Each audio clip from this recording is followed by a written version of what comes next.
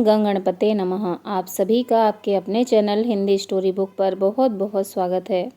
हम सभी पर ईश्वर की कृपा सदा बनी रहे।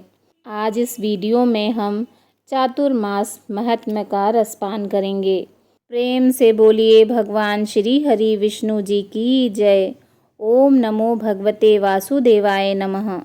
स्कंद पुराण के ब्रह्मखंड के अंतर्गत चातुर्मास के महात्म्य का वर्णन आता है। उसमें उल्लेखित है कि सूर्य के कर्क राशि पर स्थित रहते हुए आषाढ़ शुक्ल एकादशी से लेकर कार्तिक शुक्ल एकादशी तक वर्षकालीन इन 4 महीनों में भगवान श्री हरि विष्णु जी शेष शैया पर शयन करते हैं। भगवान श्री हरि विष्णु जी की आराधना के लिए यह पवित्र समय माना गया है।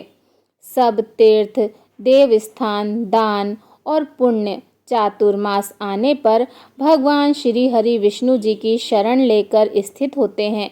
जो मनुष्य चातुर्मास में पवित्र नदियों में स्नान करता है वह सिद्धि को प्राप्त होता है। तीर्थ में स्नान करने पर सभी पापों का नाश हो जाता है। चातुर्मास में कई विशेष नियम बताए गए हैं जिनका पालन करना चाहिए। जल में तिल और आंवले का मिश्रण अथवा बिल्व पत्र डालकर स्नान करने से स्वयं में दोष का लेस मात्र नहीं रह जाता है।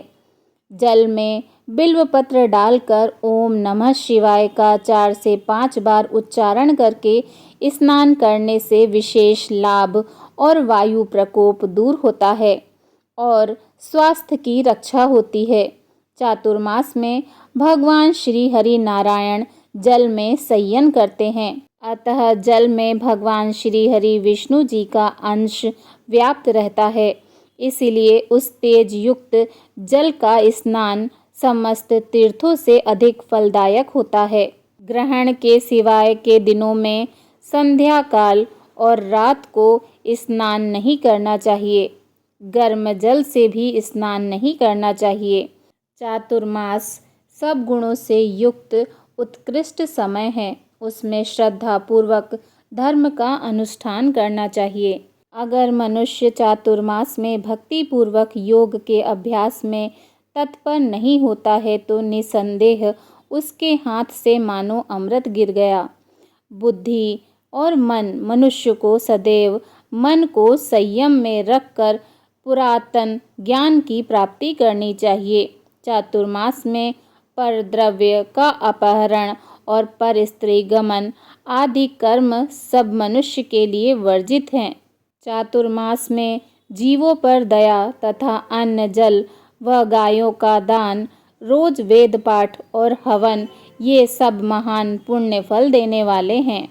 अन्न शत्रुओं को देना भी मना नहीं है और किसी भी समय यह दिया जा सकता है। चातुर्मास में धर्म का पालन, सत्पुरुषों की सेवा, संतों के दर्शन, सत्संग श्रवण, भगवान श्री हरि विष्णु जी का पूजन और दान में अनुराग दुर्लभ हैं।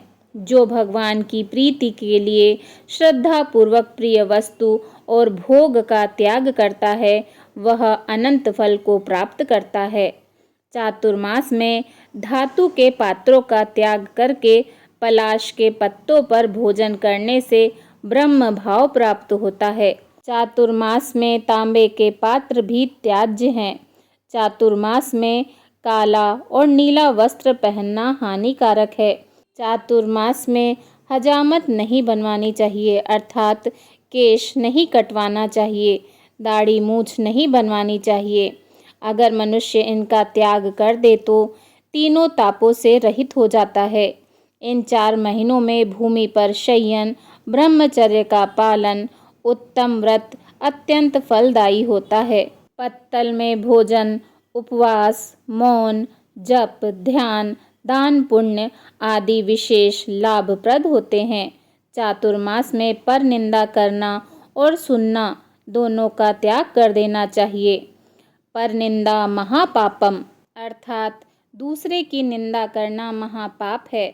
चातुर्मास में नित्य परिमित भोजन से पातकों का नाश और एक अन्न का भोजन करने वाला रोगी नहीं होता और एक समय भोजन करने से द्वादश यज्ञ का फल मिलता है।